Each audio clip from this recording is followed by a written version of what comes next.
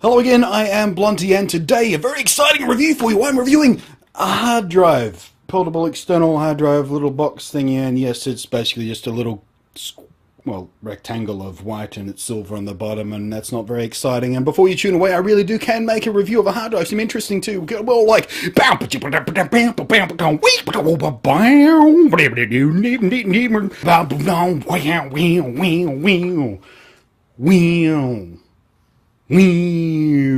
okay, so maybe it won't be that kind of cheesy, but let me show you all about the Buffalo Thunderbolt portable drive. What do they call this thing? A Thunderbolt USB portable hard drive, MiniStation Thunderbolt thingy, HDPA-TU3.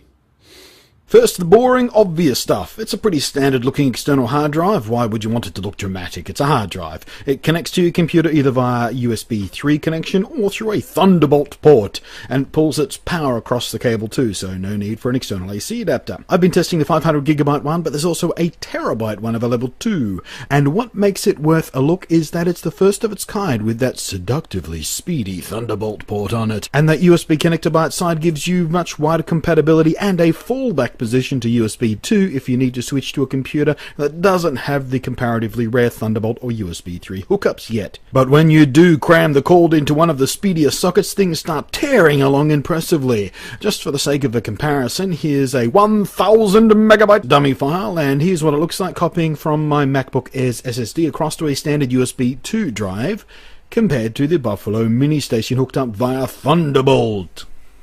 So clearly, if you have a habit or a need to throw large chunks of data around regularly, the MiniStation is going to save you significant wads of precious time. So you can more rapidly get on with using your data instead of moving it about and watching progress bars crawl across the screen like a punk. But for me, the biggest advantage comes when I've been using the drive as my project disk for HD video editing. And for a second, it's easier to show you than tell you. Example, here is a video project on a normal USB 2 hard drive, the one I usually use for my YouTube video work. Pay attention to how quickly the video files load up in the clip browser there and how responsive they are to scrubbing across. Same thing in the timeline. Live scrubbing is a very useful tool when editing, but it puts a great demand on the disk and USB connection, having to rapidly pull across huge scads of data from dozens of video files and keep up to where I'm scrubbing to on the timeline. As you can see, it's doing okay, but it chugs and stalls pretty often. Now then, same test, same project file, same video clips, but this time I've moved them all over to the Thunderbolt connected MiniStation.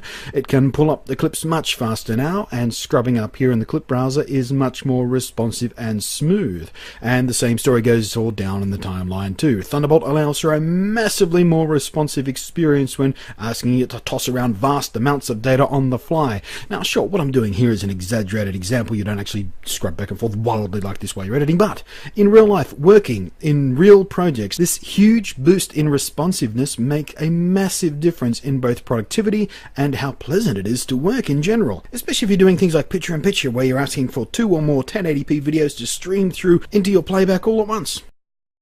The drive itself is just a bit bigger than most regular USB drives are these days, but not by much. Also, weirdly, the activity light is underneath the unit, so the soft throbbing glow kind of bounces off your table. It looks kind of cool, but is slightly impractical when it comes to at a glancing how the hard drive is churning. I prefer a more simple blinky light that is easy to see and more accurately reflects the seeking activity of the drive, but I guess the slow pulsing glow is prettier. Now then, if you want some boringly dry data points on bar charts about just how much data this drive can chug around in any given time frame compared to a bunch of other drives of similar price ranges and stuff like that, have a Google for them. You won't find them here. All I'm here to do is tell you I was impressed with it. It was dead quiet, it didn't get any hotter than a regular drive does, and now that I've experienced hauling big chunks of data back and forth, and especially HD video editing, with this Thunderbolty drive, USB 2 drives are going to feel frustratingly ancient. Life and play is much more pleasant with a Thunderbolt in your face.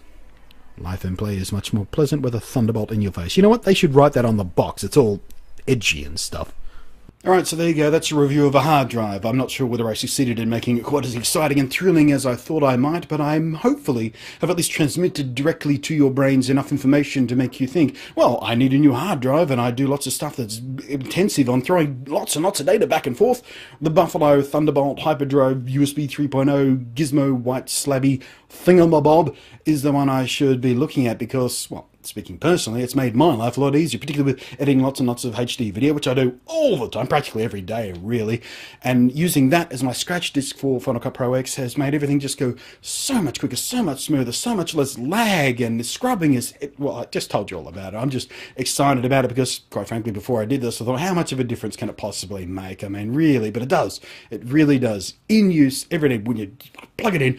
In fact, I'm going to go buy one. I'm going to go buy 10 billion of them. Well, I'm not going to buy 10 billion of them because this month's a bit of a skint month and I'm eating a lot of ramen and stuff, but I'm going to buy one, and then when that one fills up, I'm going to go buy another one. And then when that fills up, I'm going to go buy another. Well, when they filled up 2 of those, there's probably something newer and better coming out down the track anyway. But it will be Thunderbolt hard drive. Maybe a bigger one. Terabyte. More! Anyway, thanks for watching. I am Blunty, and I'll catch you next time.